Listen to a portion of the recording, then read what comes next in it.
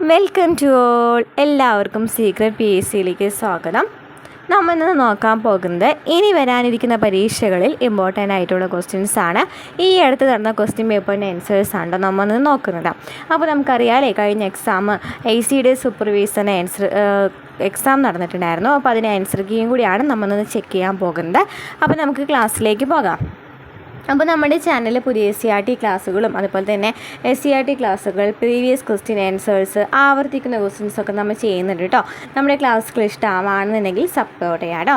അപ്പോൾ നമുക്ക് first question നോക്കാം. 2024 ലോകത്തിലെ ഏറ്റവും മലിനമായ നഗരങ്ങളുടെ പട്ടികയിൽ ഒന്നാമതുള്ള നഗരം ഏതാണ്? 2024 ലോകത്തിലെ ഏറ്റവും മലിനമായ നഗരങ്ങളുടെ പട്ടികയിൽ ഒന്നാമതുള്ള നഗരം ഏതാണിതിൽ? ഏതാണ് അപ്പോൾ വരുന്നത്? ഏറ്റവും മലിനമായ നഗരങ്ങൾ ലാഹോറാണ് ഏറ്റവും മലിനമായ നഗരങ്ങളുടെ പട്ടികയിൽ 2024 എത്തിയിട്ടുള്ളത് ലാഹോറാണ്. Next question. താഴെ കൊടുത്തിരിക്കുന്ന ഭരണാധികാരികളെ അവരുടെ ഭരണകാലഘട്ടം അനുസരിച്ച് ക്രമത്തിൽ എഴുതുക. ഭരണകാലഘട്ടം അനുസരിച്ചിട്ട് ക്രമത്തിൽ എഴുതാനാണ് പറഞ്ഞിരിക്കുന്നത്. ഭരണാധികാരികൾ നൽകിയിട്ടുണ്ടല്ലേ. നമ്മൾ ഈ ഒരു ഭാഗമൊക്കെ കുറച്ച് പിള്ളേരെങ്കിലും SCERT ഇല്ല എന്ന് പറഞ്ഞിട്ട് നമ്മൾ SCERT ഇല്ല സിലബസിലില്ല എന്ന് പറഞ്ഞിട്ട് വിടുന്ന ഭാഗമാണ്. പക്ഷേ അവിടെ നിന്നും ക്വസ്റ്റ്യൻ വന്നിട്ടുണ്ട് കേട്ടോ. അപ്പോൾ കാലഘടനാ ക്രമത്തിൽ എഴുതാൻ പറഞ്ഞാൽ ഇതിൽ ഫസ്റ്റ് വരുന്നത് ആരായിരിക്കും? ഫസ്റ്റ് വരുന്നത് ശ്രീഗുപ്തനാണ് കേട്ടോ. ശ്രീഗുപ്തനാണ് ഫസ്റ്റ് വരുന്നത്. ശ്രീഗുപ്തനാണ് വരുന്നത്. പിന്നെ ചന്ദ്രഗുപ്തൻ ഒന്നാമൻ വരും. പിന്നെ സമുദ്രഗുപ്തൻ വരും. പിന്നെയാണ് ചന്ദ്രഗുപ്തൻ രണ്ടാമൻ വരുന്നത്. അപ്പോൾ എങ്ങനെയാണ് വരുന്നത്? ആൻസർ വരുന്നത് A ആണ് കേട്ടോ. അതായത് ശ്രീഗുപ്തനാണ് ഫസ്റ്റ് വരുന്നത്, രണ്ടാമത് ചന്ദ്രഗുപ്തൻ ഒന്നാമൻ, മൂന്നാമത് സമുദ്രഗുപ്തൻ, നാലാമതാണ് ചന്ദ്രഗുപ്തൻ രണ്ടാമൻ വരുന്നത്. ഓക്കെ ആണല്ലോ. Next question. തിമൂറിൻ്റെ ഇന്ത്യൻ ആക്രമണം നടന്ന വർഷം ഏതാണ്? SCERT കറക്റ്റ് ഈ പോയിന്റ് തന്നെ പറയുന്നുണ്ടല്ലേ തിമൂറിനെ കുറിച്ചിട്ട്. അപ്പോൾ തിമൂറിൻ്റെ ഇന്ത്യൻ ആക്രമണം നടന്ന വർഷം ഏതാണ്? 1398 കേട്ടോ. 1398 തിമൂറിൻ്റെ ഇന്ത്യൻ ആക്രമണം നടക്കുന്നത്. 1398. Next question. കേരളം മലയാളികളുടെ മാതൃഭൂമി എന്ന ഗ്രന്ഥത്തിൻ്റെ കർത്താവ് ആരാണ്? കേരളം മലയാളികളുടെ മാതൃഭൂമി എന്ന ഗ്രന്ഥത്തിൻ്റെ കർത്താവ് ആരാണ്? ഒന്നേകാൽ കോടി മലയാളികൾ എന്ന് പറയുന്ന ഗ്രന്ഥത്തിൻ്റെ കർത്താവ് ആരാണ്? EMS ആണല്ലേ. അപ്പോൾ EMS നമ്പൂതിരിപ്പാടിൻ്റെ തന്നെയാണ് കേരളം മലയാളികളുടെ മാതൃഭൂമി എന്ന് പറയുന്ന ഈ ഗ്രന്ഥവും EMS നമ്പൂതിരിപ്പാടിൻ്റെയാണ്. Next question. താഴെ കൊടുത്തിരിക്കുന്ന പട്ടിക പരിശോധിച്ച് 1857 കലാപത്തിൻ്റെ നേതാക്കന്മാർ, അവർ കലാപത്തിന് നേതൃത്വം നൽകിയ സ്ഥലങ്ങൾ എന്നിവ ശരിയായ രീതിയിൽ യോജിപ്പിച്ച് എഴുതുക. അപ്പോൾ നോക്കിയേ, 1857 കലാപവും അവർ പങ്കെടുത്ത സ്ഥലങ്ങളിലെ കലാപത്തിന് നേതൃത്വം നൽകിയ സ്ഥലങ്ങളൊക്കെ എപ്പോഴും ചോദിക്കാറുണ്ടല്ലേ. കഴിഞ്ഞ പ്രീവിയസ് ക്വസ്റ്റ്യൻ പേപ്പർ കാണുന്നവർക്കറിയാം അല്ലേ. അപ്പോൾ നമുക്ക് നോക്കാം. ബഹദൂർ ഷാ രണ്ടാമൻ എവിടെയാണ്? ബഹദൂർ ഷാ രണ്ടാമൻ ഡൽഹിയിലാണല്ലേ. ബഹദൂർ ഷാ രണ്ടാമനാണല്ലോ ചക്രവർത്തിയായിട്ട് പ്രഖ്യാപിച്ചിട്ടുണ്ടായിരുന്നത്. അപ്പോൾ ബഹദൂർ ഷാ രണ്ടാമൻ ഡൽഹിയിലാണ്. കൻവർ സിംഗ് എവിടെയാണ്? കൻവർ സിംഗ് എവിടെയാണ്? ആരയിലാണല്ലേ. കൻവർ സിംഗ്. അതുപോലെ തന്നെ നാനാ സാഹിബ് കാൺപൂരിലാണ്. റാണി ലക്ഷ്മിബായി എവിടെയാണ്? ഗോളിയാറിലല്ലേ. ഗോളിയാറിലാണ് റാണി ലക്ഷ്മിബായി. ബഹദൂർ ഷാ രണ്ടാമൻ ഡൽഹി, കൻവർ സിംഗ് ആരാ? നാനാ സാഹിബ് കാൺപൂർ, റാണി ലക്ഷ്മിബായി ഡൽഹി. അപ്പോൾ ആൻസർ ഏതാണ് വരുന്നത്? B-യിലെ 3142 വരുന്നത്. നെക്സ്റ്റ് ക്വസ്റ്റ്യൻ നോക്കിയേ. ഇസ്രായേൽ ഹമാസ് യുദ്ധത്തിൽ താൽക്കാലിക വെടിനിർത്തൽ കരാർ നിലവിൽ വന്ന ദിവസം ഏതാണ്? ഓക്കെ, എന്തൊക്കെ ചോദിക്കുന്ന കറണ്ട് അഫെയർ ആയിട്ടില്ലേ. ഇസ്രായേൽ ഹമാസ് യുദ്ധത്തിൽ താൽക്കാലിക വെടിനിർത്തൽ കരാർ നിലവിൽ വന്ന ദിവസമാണ് ചോദിച്ചിരിക്കുന്നത്. താൽക്കാലിക വെടിനിർത്തൽ കരാർ വെടിനിർത്തൽ കരാർ നിലവിൽ വന്ന ദിവസം ഏതാണ്? 2025 ജനുവരി 19 കേട്ടോ. 2025 ജനുവരി 19 ഇസ്രായേൽ ഹമാസ് യുദ്ധത്തിൽ താൽക്കാലിക വെടിനിർത്തൽ കരാർ നിലവിൽ വന്നത്. Next question. 2024 ഓടക്കുഴൽ അവാർഡ് ലഭിച്ചത് ആർക്കാണ്? 2024 ഓടക്കുഴൽ അവാർഡ് ലഭിച്ചത് ആർക്കാണ്? കെ അരവിന്ദാക്ഷനാണ് 2024 ഓടക്കുഴൽ അവാർഡ് ലഭിച്ചത്. കെ അരവിന്ദാക്ഷനാണ് 2024 ഓടക്കുഴൽ അവാർഡ് ലഭിച്ചത് കെ അരവിന്ദാക്ഷൻ. നെക്സ്റ്റ്, പാലക്കാട് ജില്ലയിലെ കിള്ളിക്കുറിശി മംഗലം ആരുമായി ബന്ധപ്പെട്ടതാണ്? പാലക്കാട് ജില്ലയിലെ കിള്ളിക്കുറിശി മംഗലം ആരുമായിട്ട് ബന്ധപ്പെട്ടതാണ്? കുഞ്ചൻ നമ്പ്യാരുടെ ജന്മസ്ഥലമാണ് കിള്ളിക്കുറിശി മംഗലം. പാലക്കാട് ജില്ലയിലെ കിള്ളിക്കുറിശി മംഗലം കുഞ്ചൻ നമ്പ്യാരുമായിട്ട് ബന്ധപ്പെട്ടതാണ്. സ്വതന്ത്ര ഇന്ത്യയിൽ ഒരു ഒളിമ്പിക്സിൽ 2 മെഡൽ നേടുന്ന ആദ്യത്തെ കായിക താരം ആരാണ്? സ്വതന്ത്ര ഇന്ത്യയിൽ ഒരു ഒളിമ്പിക്സിൽ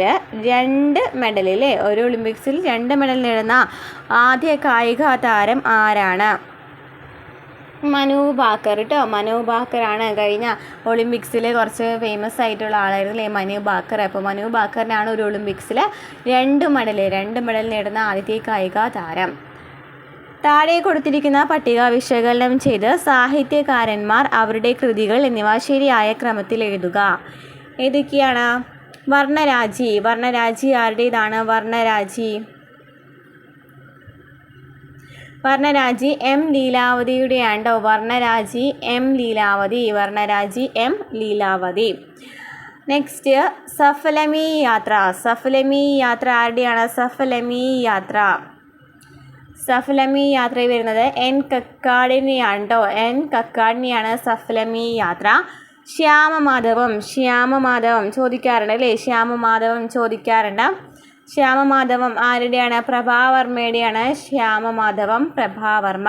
മധുരം നിന്റെ ജീവിതം KP അപ്പൻ. എങ്ങനെയാണ്ടോ വരുന്നത്? അപ്പോൾ വർണ്ണരാജി ആരുടെയാണ്? വർണ്ണരാജി എം ലീലാവതി. സഫലമീ യാത്ര NN കക്കാട്. ശ്യാമമാധവം പ്രഭാവർമ്മ. മധുരം നിന്റെ ജീവിതം KP അപ്പൻ. ഓക്കെ.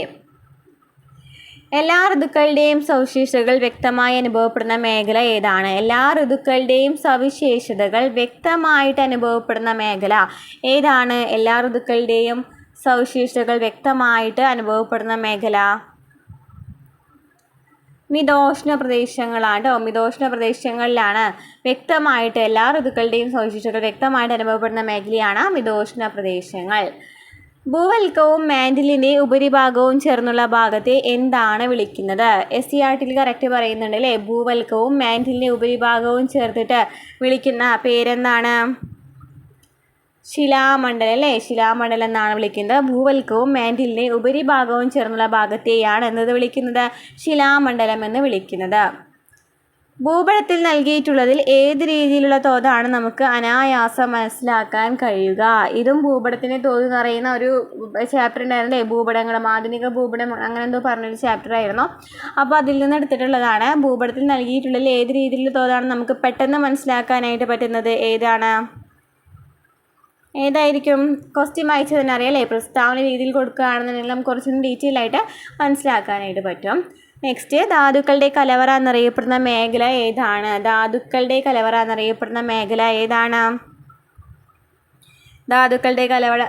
എന്നറിയപ്പെടുന്നത് ഏതാണ്? ഉപദ്വീപീയ പീഠഭൂമിയാണ്.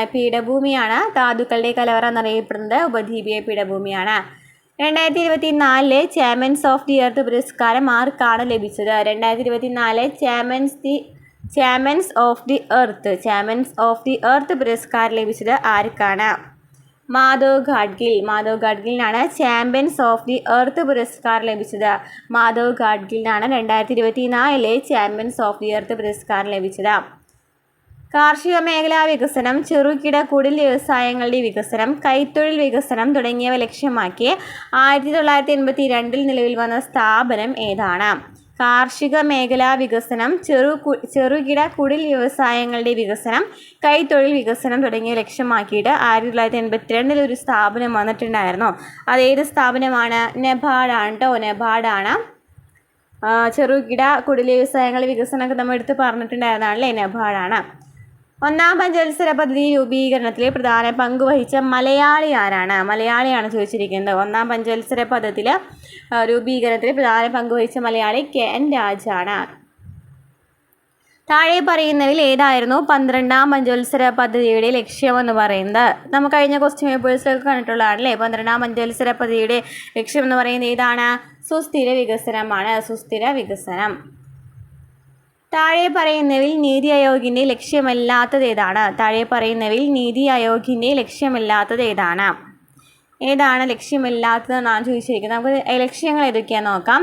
ഈ സംഭവങ്ങളൊക്കെ നമ്മൾ SCERT പറയുന്ന ആ ക്വസ്റ്റ്യൻസ് ആണോ. അത് മാത്രമല്ല നമ്മൾ കുറച്ച് നാളുകളായിട്ട് പ്രീവിയസ് ക്വസ്റ്റ്യൻ ആൻസേഴ്സൊക്കെ റിവിഷൻ ചെയ്യുന്നുണ്ട്. അപ്പോൾ ആ ക്വസ്റ്റ്യൻ പേപ്പേഴ്സിലൊക്കെ ആവർത്തിച്ച് വരുന്ന ക്വസ്റ്റ്യൻസൊക്കെ നമുക്ക് ഇതിൽ നിന്ന് മനസ്സിലാക്കാം അല്ലേ. നമുക്ക് ഓരോ ക്വസ്റ്റ്യൻ പേപ്പർ റിവൈസ് ചെയ്യുമ്പോൾ ആ ക്വസ്റ്റ്യൻ ഒന്നുകൂടി പഠിക്കുകയാണ്. അതുപോലെ തന്നെ നമ്മൾ ഇനി പഠിക്കാനിരിക്കുമ്പോൾ തന്നെ നമ്മൾ ഒരു ഭാഗം കുറച്ചും കൂടി പ്രാധാന്യം കൊടുത്ത് പഠിക്കണം കേട്ടോ.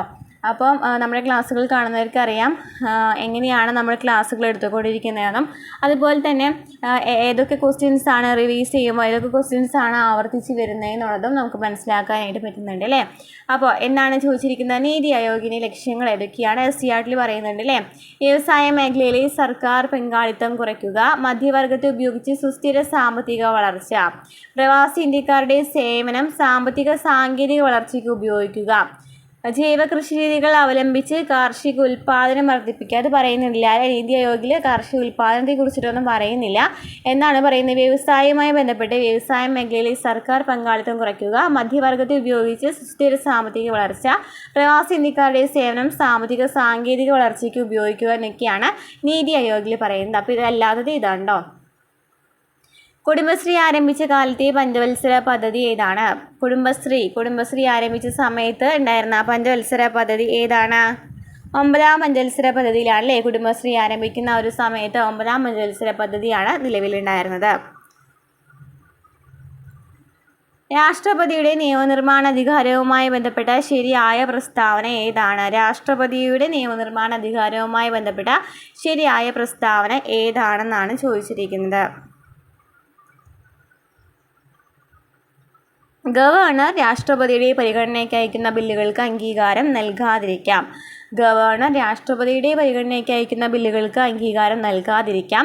ബില്ലുകളിൽ വേണ്ട നിർദ്ദേശങ്ങൾ നൽകി പുനഃപരിശോധനയ്ക്ക് വേണ്ടി തിരിച്ചയക്കാം എന്നിവയ്ക്ക് രാഷ്ട്രപതിയുടെ അധികാരവുമായി ബന്ധപ്പെട്ടാണ്. ഗവർണർ രാഷ്ട്രപതിയുടെ പരിഗണനയ്ക്ക് അയക്കുന്ന ബില്ലുകൾക്ക് അംഗീകാരം നൽകാതിരിക്കാം. ഗവർണർ അയക്കുന്നതിനൊന്നും അംഗീകാരം നൽകണമെന്ന് നിർബന്ധമില്ല. അതുപോലെ തന്നെ ബില്ലുകളിൽ വേണ്ട നിർദ്ദേശങ്ങൾ നൽകി പുനഃപരിശോധനയ്ക്ക് വേണ്ടി തിരിച്ചയക്കുവാനായിട്ടും പറ്റും. അപ്പോൾ 1ഉം 2ഉം മാത്രമാണ് കേട്ടോ ആൻസറിൽ ശരി വരുന്നത്. 1ഉം 2ഉം മാത്രമാണ്. ഇന്ത്യൻ ഭരണഘടനയ്ക്ക് ലോകത്തിലെ മറ്റു ഭരണഘടനകളുടെ സവിശേഷതകളുണ്ട്. താഴെ പറയുന്നതിൽ ശരിയായ പ്രസ്താവന ഏതാണ് എന്നാണ് ചോദിച്ചിരിക്കുന്നത്. ഏതാണ്?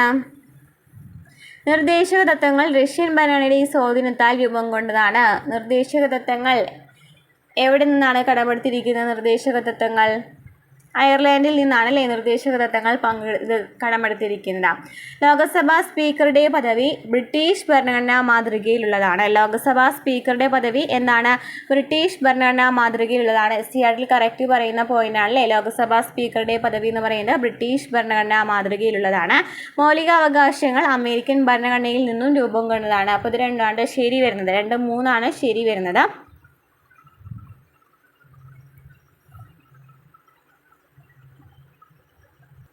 2, 3 ശരി വരുന്നത്. കേന്ദ്ര മന്ത്രിസഭയുടെ അംഗസംഖ്യ ലോകസഭയുടെ അംഗങ്ങളുടെ 15% കവിയാൻ പാടില്ല എന്ന ഭരണഘടനാ ഭേദഗതി ഏതാണ്? കേന്ദ്ര മന്ത്രിസഭയുടെ അംഗസംഖ്യ ലോകസഭയുടെ അംഗങ്ങളുടെ 15% കവിയാൻ പാടില്ല എന്ന് പറയുന്ന ഭരണഘടനാ ഭേദഗതി ഏതാണ്? ഏതാണ് ഭേദഗതി? 91ാമത് ഭരണഘടനാ ഭേദഗതിയാണ്. 91ാമത് ഭരണഘടനാ ഭേദഗതിയിലാണ് പറയുന്നത് കേന്ദ്രമന്ത്രിസഭയുടെ അംഗസംഖ്യ ലോകസഭയുടെ അംഗങ്ങളുടെ 15% കവിയാൻ പാടില്ല എന്ന്. ഒരു ഹൈക്കോടതി ജഡ്ജി പദവിയിൽ നിന്നും രാജിവെച്ചൊഴിയുകയാണെങ്കിൽ രാജി സമർപ്പിക്കേണ്ടത് ആർക്കാണ്? ഒരു ഹൈക്കോടതി ജഡ്ജി പദവിയിൽ നിന്നും രാജിവെച്ച് ഒഴിയുകയാണ്. അങ്ങനെയാണെന്നുണ്ടെങ്കിൽ രാജി സമർപ്പിക്കേണ്ടത് ആർക്കാണ്? ഹൈക്കോടതി ജഡ്ജി രാജിവെക്കുകയാണെന്നുണ്ടെങ്കിൽ രാജി സമർപ്പിക്കേണ്ടത് ആർക്കാണ്? രാജിക്കത്ത് നൽകേണ്ടതെന്നാണ് ചോദിച്ചിരിക്കുന്നത്. ആർക്കാണ്? രാഷ്ട്രപതിക്കാണ് നൽകേണ്ടത്. രാഷ്ട്രപതിക്ക്. മുബാറക് അൽ കബീർ എന്ന പരമോന്നത സിവിലിയൻ പദവി ഏത് രാജ്യത്തിൻ്റെതാണ്? മുബാറക് അൽ കബീർ എന്ന് പറയുന്ന പരമോന്നത സിവിലിയൻ പദവി ഏത് രാജ്യത്തിൻ്റെതാണ്? കുവൈറ്റിൻ്റെയാണ്. താഴെ പറയുന്ന പ്രസ്താവനയിൽ കേരള സംസ്ഥാന മനുഷ്യാവകാശ കമ്മീഷന്റെ പ്രവർത്തനങ്ങൾ ഏതാണ്? താഴെ പറയുന്ന പ്രസ്താവനയിൽ കേരള സംസ്ഥാന മനുഷ്യാവകാശ കമ്മീഷൻ നമ്മൾ SCERT എടുത്തിട്ടുണ്ടായിരുന്നു അല്ലേ? ഏതാണ് ഇതിലെ പ്രവർത്തനങ്ങൾ ഏതൊക്കെയാണ് വരുന്നത്?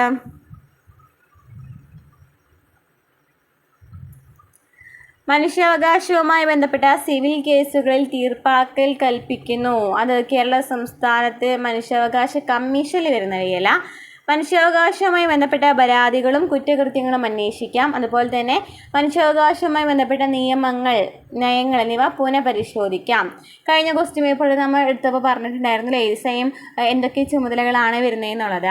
അപ്പോൾ മനുഷ്യാവകാശവുമായി ബന്ധപ്പെട്ട പരാതികളും കുറ്റകൃത്യങ്ങളും അന്വേഷിക്കുന്നു, മനുഷ്യാവകാശവുമായി ബന്ധപ്പെട്ട നിയമങ്ങൾ, നയങ്ങൾ എന്നിവ പുനഃപരിശോധിക്കുന്നു. അപ്പോൾ ഇത് ആവർത്തിച്ച് വരുന്ന ക്വസ്റ്റ്യൻ ആണ്. കേരള സംസ്ഥാനത്തിലെ മുഖ്യ തെരഞ്ഞെടുപ്പ് കമ്മീഷണറുടെ പേരെന്താണ്? കേരള സംസ്ഥാനത്തിലെ മുഖ്യ തെരഞ്ഞെടുപ്പ് കമ്മീഷണറുടെ പേരെന്താണ്? എസ് സുരേഷ് കുമാർ ആണ്. മുഖ്യ തെരഞ്ഞെടുപ്പ് കമ്മീഷണർ ഇപ്പോൾ എസ് സുരേഷ് കുമാറാണ്. പഠിച്ചു വയ്ക്കുക, എസ് സുരേഷ് കുമാറാണ് കേരളത്തിലെ ദേശീയ തൊഴിലുറപ്പ് പദ്ധതി പ്രകാരം ഒരു തൊഴിലാളിക്ക് ഒരു സാമ്പത്തിക വർഷം ലഭിക്കുന്ന ഏറ്റവും കൂടുതൽ തൊഴിൽ ദിനങ്ങൾ എത്രയാണ്? ദേശീയ തൊഴിലുറപ്പ് പദ്ധതി പ്രകാരം എത്ര ദിവസമാണ് തൊഴിൽ ദിനം എന്ന് പറയുന്നത്? 100 ദിവസമാണ് അല്ലേ?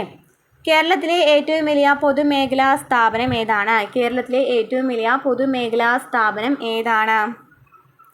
KSEB ആണ്. മെമ്മറി ഉപകരണങ്ങളുടെ കാര്യത്തിൽ താഴെ പറയുന്നവയിൽ ഏതാണ് ശരി? മെമ്മറിയുമായി ബന്ധപ്പെട്ടിട്ടില്ലേ, IT-യുമായി ബന്ധപ്പെട്ട് ചോദിച്ചിരിക്കുകയാണ്. എന്താണ് മെമ്മറിയെ കുറിച്ചിട്ടാണ് ചോദിക്കുന്നത്. മെമ്മറിയിൽ പറയുന്നത് ശരി ഏതൊക്കെയാണെന്നാണ് ചോദിച്ചിരിക്കുന്നത്. മെമ്മറി ഉപകരണങ്ങൾ പ്രോസസ്സിങ്ങിനായിട്ട് ഡാറ്റയും നിർദ്ദേശങ്ങളും സംഭരിക്കാൻ ഉപയോഗിക്കുന്നു. ശരിയാണല്ലേ? ഡാറ്റയും നിർദ്ദേശങ്ങളും സംഭരിക്കാൻ ഉപയോഗിക്കുന്നു. പ്രൈമറി മെമ്മറി വേഗമേറിയതാണെങ്കിലും ഇത് സാധാരണയായി സെക്കൻഡറി മെമ്മറിയെ അപേക്ഷിച്ച് ചെറിയ സംഭരണശേഷി മാത്രമേ ഉള്ളൂ. പ്രൈമറി മെമ്മറി എന്ന് പറയുന്നത് വേഗതയാണ്, പക്ഷെ എന്താണ് സ്റ്റോറേജ് കുറവാണ്. മറ്റേ സെക്കൻഡറി മെമ്മറി വെച്ച് നോക്കുകയാണെന്നുണ്ടെങ്കിൽ റോമും ഫ്ലാഷ് മെമ്മറിയും ഹാർഡ് ഡ്രൈവുകളും നോൺ വോളറ്റൈൽ മെമ്മറിയുടെ ഉദാഹരണങ്ങളാണ്. അപ്പോൾ നോൺ വോളറ്റൈൽ മെമ്മറീസ് ഏതൊക്കെയാണ്? ROM, flash memory, hard drive എന്നിവയൊക്കെ നോൺ വോളറ്റൈൽ മെമ്മറീസ് ആണ്. അപ്പോൾ ഇതൊക്കെ ശരിയാണ്. മുകളിൽ പറഞ്ഞതൊക്കെ ശരിയാണ്. മെമ്മറി ഉപകരണങ്ങൾ ഉപയോഗിക്കുന്നത് ഡാറ്റയും നിർദ്ദേശങ്ങളും സംഭരിക്കാനാണ്. പ്രൈമറി മെമ്മറി വേഗമേറിയതാണെങ്കിലും സെക്കൻഡറി മെമ്മറിയെ അപേക്ഷിച്ച് ചെറിയ സംഭരണശേഷി മാത്രമാണുള്ളത്. റോമും ഫ്ലാഷ് മെമ്മറിയും ഹാർഡ് ഡ്രൈവുകളൊക്കെ നോൺ വോളറ്റൈൽ മെമ്മറിയുടെ ഉദാഹരണങ്ങളാണ്. താഴെ പറയുന്ന പ്ലാറ്റ്ഫോമുകളിൽ ഏതാണ് പ്രൊഫഷണൽ നെറ്റ്വർക്കിങ്ങിനായി പ്രധാനമായും രൂപകൽപ്പന ചെയ്തിരിക്കുന്നത്? താഴെ പറയുന്ന പ്ലാറ്റ്ഫോമുകളിൽ ഏതാണ് പ്രൊഫഷണൽ നെറ്റ്വർക്കിങ്ങിനായിട്ട് പ്രധാനമായിട്ടും രൂപകൽപ്പന ചെയ്തിരിക്കുന്നത്? പ്രൊഫഷണൽ നെറ്റ്വർക്കിങ്ങിനായിട്ട് അല്ലേ? ഏതാണ്? ലിങ്ക്ഡിൻ ആണ് പ്രൊഫഷണൽ നെറ്റ്വർക്കിങ്ങിനായിട്ട് പ്രധാനമായിട്ട് രൂപകൽപ്പന ചെയ്തിരിക്കുന്ന പ്ലാറ്റ്ഫോം. നെക്സ്റ്റ് ക്വസ്റ്റ്യൻ, ഒരു കമ്പ്യൂട്ടർ നെറ്റ്വർക്കിൽ ഡാറ്റ അയക്കാൻ കഴിയുമ്പോൾ ലഭിക്കാൻ കഴിയാത്ത സാഹചര്യത്തിൽ പ്രശ്നമാകാൻ സാധ്യതയുള്ളത് എന്തായിരിക്കാം? ഒരു കമ്പ്യൂട്ടർ നെറ്റ്വർക്കിൽ ഡാറ്റ അയക്കാൻ കഴിയുന്നുണ്ട്, പക്ഷെ എന്താണ് നമുക്ക് ലഭിക്കാൻ കഴിയുന്നില്ല. അപ്പോൾ അങ്ങനെയാണെന്നുണ്ടെങ്കിൽ അയക്കാൻ കഴിയുന്നുണ്ട് പക്ഷെ ലഭിക്കാൻ കഴിയുന്നില്ല. അപ്പോൾ അങ്ങനെയാണെന്നുണ്ടെങ്കിൽ അവിടെ എന്ത് പ്രശ്നമായിരിക്കാം ഉണ്ടായിട്ടുണ്ടായിരിക്കാം? തെറ്റായ IP കോൺഫിഗറേഷൻ ആവാം, അല്ലെങ്കിൽ ഇൻകമിംഗ് ട്രാഫിക് തടയുന്ന ഫയർവാൾ ഉണ്ടായിരിക്കാം, പിഴവുള്ള നെറ്റ്വർക്ക് കേബിൾ ആയിരിക്കാം. ഇതൊക്കെ ശരിയാണ് കേട്ടോ. മുകളിൽ പറഞ്ഞതൊക്കെ ശരിയാണ്. തെറ്റായ IP കോൺഫിഗറേഷൻ ആവാം, ഇൻകമിംഗ് ട്രാഫിക് തടയുന്ന ഫയർവാൾ, പിഴവുള്ള നെറ്റ്വർക്ക് കേബിൾ എന്നിവ ഉണ്ടായിരിക്കാം. IT ആക്ട് 2000 പ്രകാരം ഡിജിറ്റൽ സിഗ്നേച്ചറുകൾ എന്ന് വെച്ചാൽ എന്താണ്? ഡിജിറ്റൽ സിഗ്നേച്ചർ എങ്ങനെയാണ് പ്രവർത്തിക്കുന്നതെന്നാണ് ചോദിച്ചിരിക്കുന്നത്. എങ്ങനെയാണ്? ഒരു ഇലക്ട്രോണിക് സന്ദേശം അയച്ച വ്യക്തിയുടെ തിരിച്ചറിയൽ സാധൂകരിക്കുന്നു. ഒരു ഇലക്ട്രോണിക് സന്ദേശം അയച്ച വ്യക്തിയുടെ തിരിച്ചറിയൽ സാധൂകരിക്കുന്നതിനാണ് അല്ലേ ഡിജിറ്റൽ സിഗ്നേച്ചറുകൾ പ്രവർത്തിക്കുന്നത്. എന്താണ് വിവരാവകാശ നിയമത്തിൻ്റെ പ്രധാന ഉദ്ദേശം എന്ന് പറയുന്നത്? വിവരാവകാശ കമ്മീഷൻ്റെ അല്ലേ വിവരാവകാശ നിയമം കമ്മീഷനൊക്കെ നമ്മൾ പറഞ്ഞിട്ടുണ്ടായിരുന്നു. അപ്പോൾ വിവരാവകാശ നിയമത്തിൻ്റെ പ്രധാന ഉദ്ദേശം എന്താണ്? വിവരാവകാശ നിയമത്തിൻ്റെ പ്രധാന ഉദ്ദേശം എന്ന് പറയുന്നത് എന്താണെന്നാണ് ക്വസ്റ്റ്യൻ. ഒരു പൊതു അധികാര സ്ഥാനത്തിൻ്റെ പ്രവർത്തനത്തിൽ സുതാര്യവും ഉത്തരവാദിത്വവും വർദ്ധിപ്പിക്കുന്നതിന് ആണോ വിവരാവകാശ നിയമം? അതിൽ ഒരു പൊതു അധികാര സ്ഥാനത്തിന് പ്രതിനിധിക്ക് സുതാര്യവും ഉത്തരവാദിത്വവും വർദ്ധിപ്പിക്കുന്നതിന്, വിവരാവകാശത്തിൻ്റെ പ്രായോഗിക ഭരണക്രമം പ്രതിപാദിക്കുന്നതിനും, പൊതു അധികാര സ്ഥാനങ്ങളുടെ നിയന്ത്രണത്തിൽ കീഴിൽ പൗരന്മാർക്ക് വിവരം പ്രാപ്യമാക്കുന്നതിനും, വിവരങ്ങൾ ലഭിക്കുന്നതിന് വേണ്ടി അല്ലേ, വിവരാവകാശത്തിൻ്റെ പ്രായോഗിക ഭരണക്രമം പ്രതിപാദിക്കുന്നതിനും, പൊതു അധികാര സ്ഥാനങ്ങളുടെ നിയന്ത്രണത്തിന് കീഴിൽ പൗരന്മാർക്ക് വിവരം പ്രാപ്യമാക്കുന്നതിനും. ഇത് രണ്ട് ആൻസറാണ് വരുന്നത്. അപ്പോൾ എയും ബിയും ശരിയാണതാണ് വരുന്നത്. ഉപഭോക്തൃ സംരക്ഷണ നിയമത്തിൽ പറയുന്ന പ്രധാനപ്പെട്ട അവകാശങ്ങൾ എന്തൊക്കെയാണ്? ഉപഭോക്തൃ സംരക്ഷണ നിയമത്തിൽ പറയുന്ന പ്രധാനപ്പെട്ട അവകാശങ്ങൾ ഏതൊക്കെയാണ്? സ്വയം കുറ്റപ്പെടുത്തൽ കേട്ടോ. സ്വയം കുറ്റപ്പെടുത്തലാണ് ഉപഭോക്തൃ സംരക്ഷണ നിയമത്തിൽ പറയുന്ന പ്രധാനപ്പെട്ട അവകാശങ്ങളിൽ വരുന്നത്. സ്വയം കുറ്റപ്പെടുത്തലാണ്. നെക്സ്റ്റ്, മുതിർന്ന പൗരനുള്ള ദേശീയ നയം എന്താണ് വ്യക്തമാക്കുന്നത്? മുതിർന്ന പൗരനുള്ള ദേശീയ നയം എന്നതുകൊണ്ട് എന്താണ് അർത്ഥമാക്കുന്നത്? വയോജനങ്ങളുടെ സംരക്ഷണത്തിന് അനുയോജ്യമായ ചട്ടക്കൂട് സൃഷ്ടിക്കുന്നതിനുള്ള നടപടി സ്വീകരിക്കുക. പീഡനങ്ങളിൽ നിന്നും അവഗണനയിൽ നിന്നും വയോജനങ്ങളെ സംരക്ഷിക്കുക. വയോജനങ്ങളുടെ സംരക്ഷണത്തിന് അനുയോജ്യമായ ചട്ടക്കൂട് സൃഷ്ടിക്കുന്നതിനുള്ള നടപടി സ്വീകരിക്കുക. പീഡനങ്ങളിൽ നിന്നും അവഗണനയിൽ നിന്നും വയോജനങ്ങളെ സംരക്ഷിക്കുക എന്നാണ് മുതിർന്ന പൗരനുള്ള ദേശീയ നയം എന്നതുകൊണ്ട് അർത്ഥമാക്കുന്നത്. നെക്സ്റ്റ്, എന്തെല്ലാം അവകാശങ്ങളാണ് ഗാർഹികാതിക്രമങ്ങളിൽ നിന്നും ഗാർഹിക പീഡനത്തിൽ നിന്നും സ്ത്രീകളെ സംരക്ഷിക്കുന്നതിനുള്ള നിയമം 2005 എടുത്ത് പറയുന്നത്? എന്തൊക്കെയാണ്?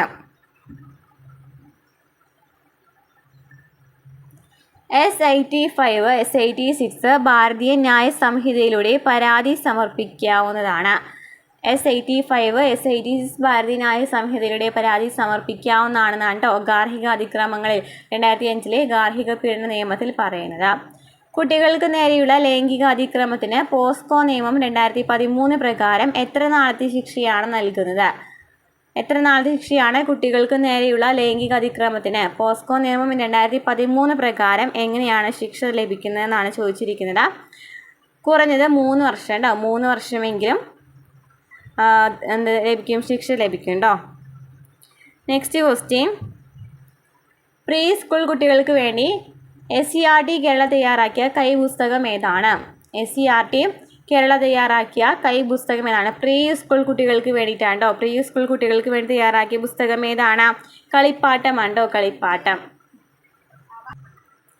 നെക്സ്റ്റ് ക്വസ്റ്റ്യൻ, ആത്മസാക്ഷാത്കാരം സാധ്യമാവണമെന്നുണ്ടെങ്കിൽ കർക്കശമായ അച്ചടക്കം അനിവാര്യമാണെന്ന് സിദ്ധാന്തിച്ചത് ഏതിലാണ് കേട്ടോ?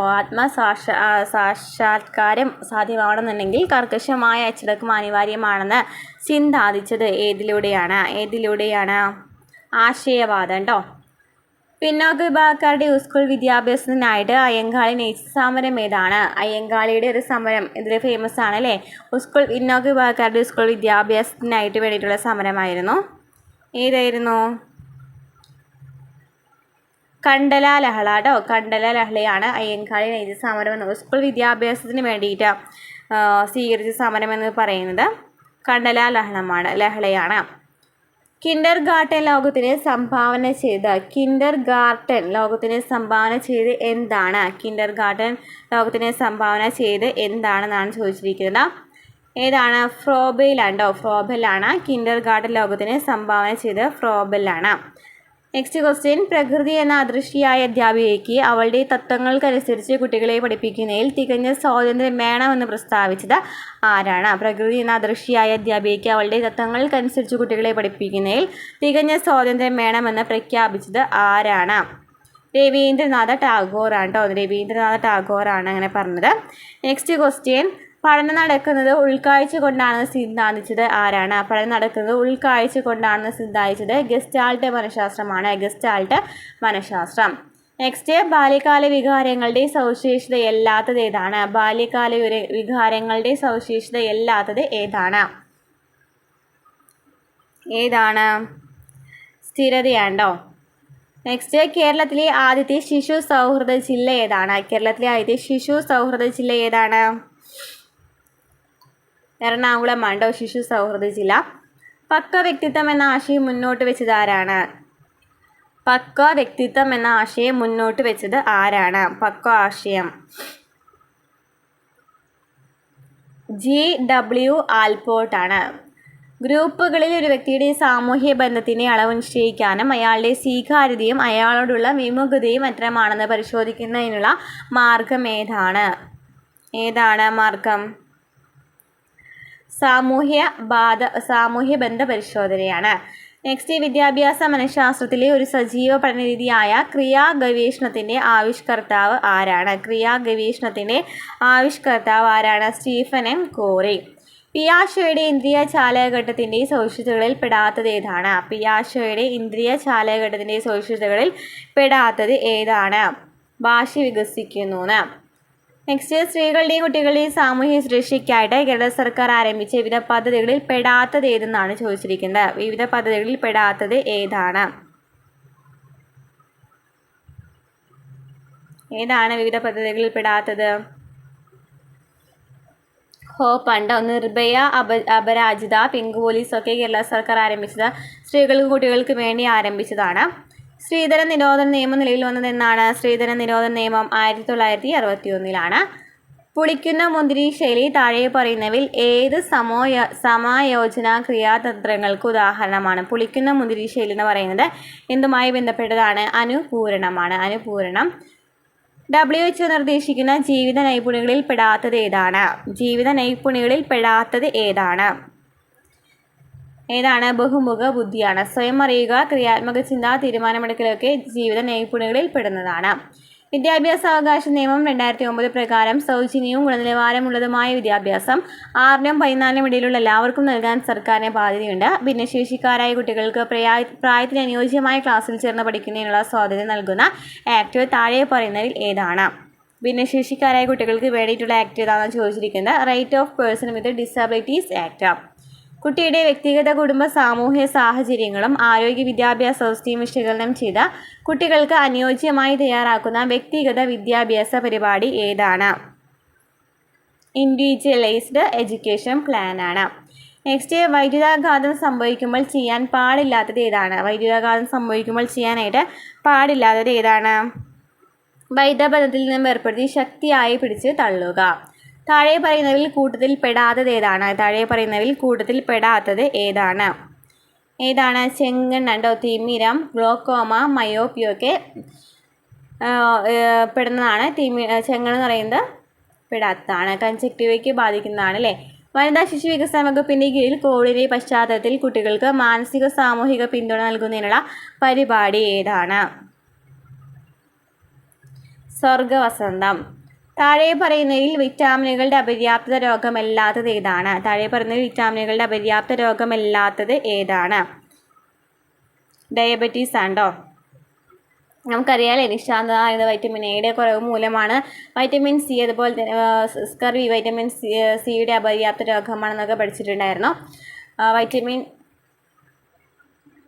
കേരള സംസ്ഥാന സമ്പൂർണ്ണ കായിക ക്ഷമതാ പദ്ധതി ശുപാർശ ചെയ്യുന്ന 10 വയസ്സുള്ള ഒരു ആൺകുട്ടിയുടെ BMI ബോഡി മാസ് ഇൻഡെക്സ് താഴെ പറയുന്നതിൽ ഏതാണെന്നാണ് ചോദിച്ചിരിക്കുന്നത്. Lower end of BMI 14:3 upper end of BMI 21.21 ആണ്. ഹൊവാർഡ് ഗാർഡനർ അവതരിപ്പിച്ച ബഹുമുഖ ബുദ്ധിയിൽ ഉൾപ്പെടാത്തത് ഏതാണ്? സാംസ്കാരികപരമായ ബുദ്ധിയാണ്. ഭാഷാപരമായ ബുദ്ധി, സംഗീതപരമായ ബുദ്ധി, പ്രകൃതിപരമായ ബുദ്ധിയൊക്കെ ഹൊവാർഡ് ഗാർഡനർ അവതരിപ്പിച്ച ബഹുമുഖ ബുദ്ധിയിൽ പെടുന്നവയാണ്. ദേശീയ വിദ്യാഭ്യാസ നയം 2020 അനുസരിച്ച് താഴെ തന്നിരിക്കുന്നതിൽ തെറ്റായ പ്രസ്താവന കണ്ടെത്തുക. 2 മുതൽ 7 വയസ്സ് വരെ ഫൗണ്ടേഷൻ സ്റ്റേജായി കണക്കാക്കുന്നതാണ് തെറ്റ് കേട്ടോ. കുട്ടികൾക്ക് നൽകേണ്ട പ്രധാന വാക്സിനേഷനുകളെ കുറിച്ചുള്ള പട്ടിക ചുവടെ ചേർക്കുന്നു. ഏത് പ്രസ്താവനയാണ് ശരിയായെന്ന് കണ്ടെത്തുക. ശരിയായത് ഏതാണ്? ഹെപ്പറ്റൈറ്റിസ് ബി എന്ന് പറയുന്നത് മഞ്ഞപ്പിത്തത്തിൽ നിന്നും രക്ഷ നേടാനാണ്. അതുപോലെ തന്നെ ഡിഫ്തീരിയ കുഞ്ഞ് ജനിച്ച് 2-ാം മാസം മുതൽ 6 വയസ്സ് വരെ കൊടുക്കുന്നതാണ് ഡിഫ്തീരിയ എന്ന് പറയുന്നത്. അത് രണ്ടും ശരിയാണ്. ഭക്ഷ്യവസ്തുക്കളിലെ മായത്തെക്കുറിച്ച് പരാതി നൽകാൻ നമ്മെ സഹായിക്കുന്ന വെബ്സൈറ്റ് ഏതാണ്? www.fsi.government.in ആണ്. ജങ്ക് ഫുഡ് കഴിക്കുന്ന കുട്ടികളെക്കുറിച്ച് താഴെ പറയുന്ന പ്രസ്താവനകളിൽ ശരിയല്ലാത്തത് ഏതാണ്? പോഷകസമൃദ്ധമായ ഭക്ഷണമല്ല അല്ലേ? ചെറിയ കുട്ടികളിൽ സാധാരണ കണ്ടുവരാറുള്ള പകർച്ചവ്യാധികളിൽ പെടാത്തത് ഏതാണ്?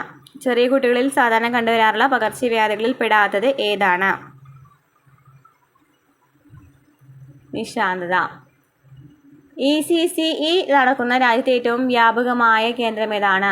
Early childhood care and education നടക്കുന്ന ആണ് ചോദിച്ചിരിക്കുന്നത്. അംഗനവാടികളാണ് കേട്ടോ. ഏറ്റവും വ്യാപകമായ കേന്ദ്രം ECCE, early childhood care and education, അംഗനവാടികളാണ്. ADHD എന്നതിൻ്റെ പൂർണ്ണരൂപം എന്താണ്? ADHD എന്ന് പറയുന്നതിൻ്റെ പൂർണ്ണരൂപം എന്ന് പറയുന്നത് അഡ്ജസ്റ്റ്മെൻറ്റ് ഡെഫിഷ്യറ്റ് ഹൈപ്പർ ആക്ടിവിറ്റി ഡിസോർഡർ ആണ്.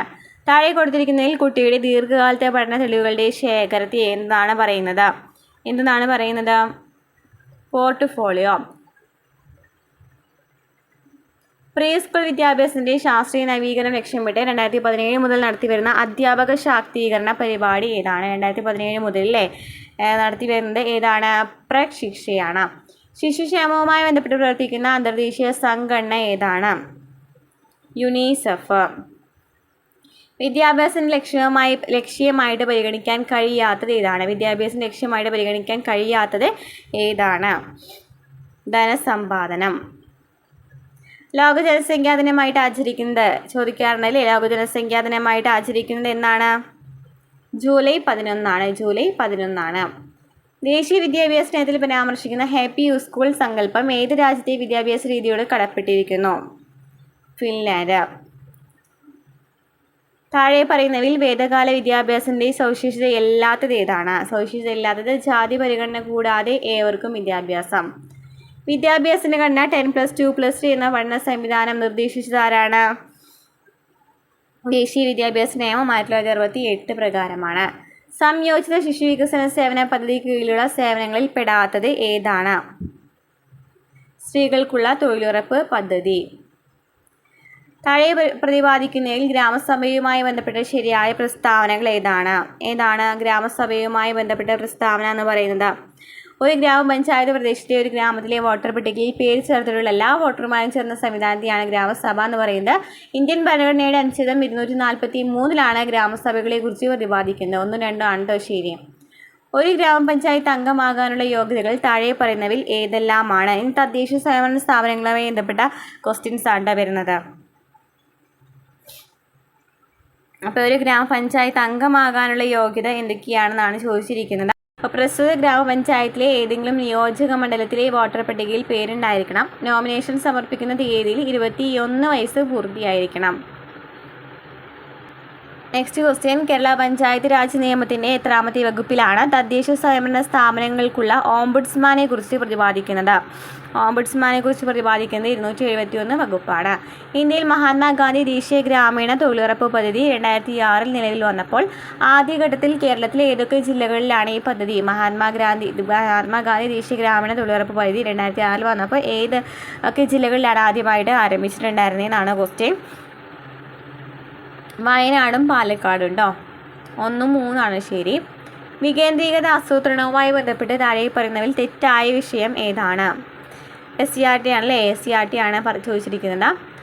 9ാം പഞ്ചവത്സര പദ്ധതിയിലാണ് വികേന്ദ്രീകൃത ആസൂത്രണ പ്രവർത്തനങ്ങൾക്ക് ആരംഭം കുറിച്ചത്. ശരിയാണ്.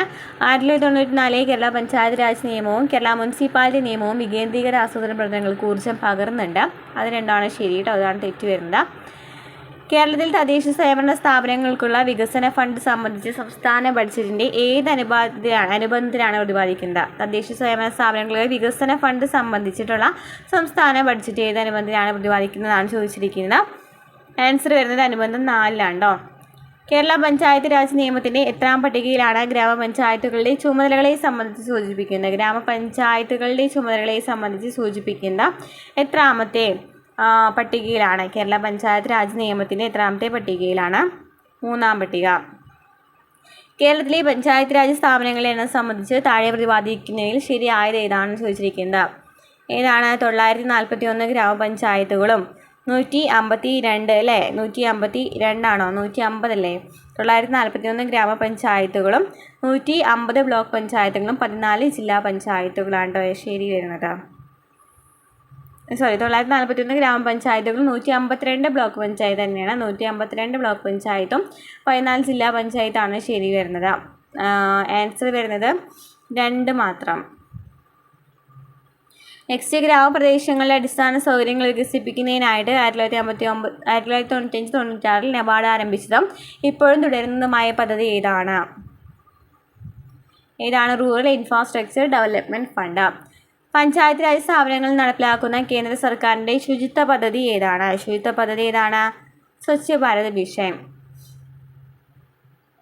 നവകേരള കർമ്മ പദ്ധതിയുടെ ഭാഗമായി പൊതുജനാരോഗ്യ സംവിധാനം മെച്ചപ്പെടുത്തുന്നതിന് കേരള സർക്കാർ നടപ്പിലാക്കുന്ന പദ്ധതിയാണ് ആർദ്രം അല്ലേ?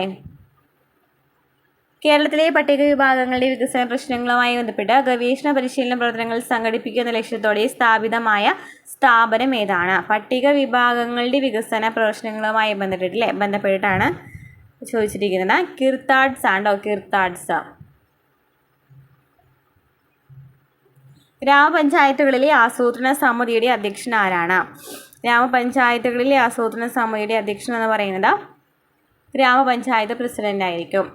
ഹരിത കേരള മിഷൻ ഊന്നൽ നൽകുന്ന വിഷയ മേഖലകൾ ഏതെല്ലാമാണ്? ഹരിത കേരള മിഷൻ എന്ന് പറയുന്നത് ഏതൊക്കെ മേഖലകളാണ്? ശുചിത്വ മാലിന്യ സംസ്കരണം, ജലവിഭവ സംരക്ഷണം, കാർഷിക മേഖലയുടെ വികസനം എന്നിവയൊക്കെ ഉൾക്കൊള്ളുന്നുണ്ട് കേട്ടോ. കേരളത്തിലെ ഗ്രാമപഞ്ചായത്തുകളിലെ സ്റ്റാൻഡിംഗ് കമ്മിറ്റികൾ താഴെ പറയുന്നവയിൽ ഏതെല്ലാമാണ്? സ്റ്റാൻഡിംഗ് കമ്മിറ്റികൾ ഏതെല്ലാമാണെന്നാണ് ചോദിച്ചിരിക്കുന്നത്. ഏതൊക്കെയാണ്? ധനകാര്യം, വികസനം, ക്ഷേമകാര്യം, ആരോഗ്യവും വിദ്യാഭ്യാസവും പൊതുമരാമത്തും ഒക്കെ ശരിയാണ് വരുന്നത്. ധനകാര്യം, വികസനം, ക്ഷേമകാര്യം, ആരോഗ്യം, വിദ്യാഭ്യാസം, പൊതുമരാമത്തും.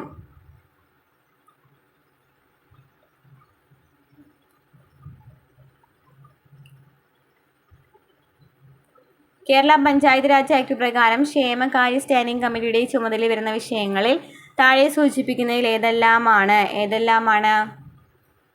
ഇതൊക്കെ ഉണ്ട്. പട്ടികജാതി വർഗ വികസനം, ദാരിദ്ര്യ നിർമ്മാർജ്ജനം, സാമൂഹ്യക്ഷേമം, സാമൂഹ്യ സുരക്ഷാ പ്രവർത്തനം എന്നിവയൊക്കെ എല്ലാം വരുന്നുണ്ട്.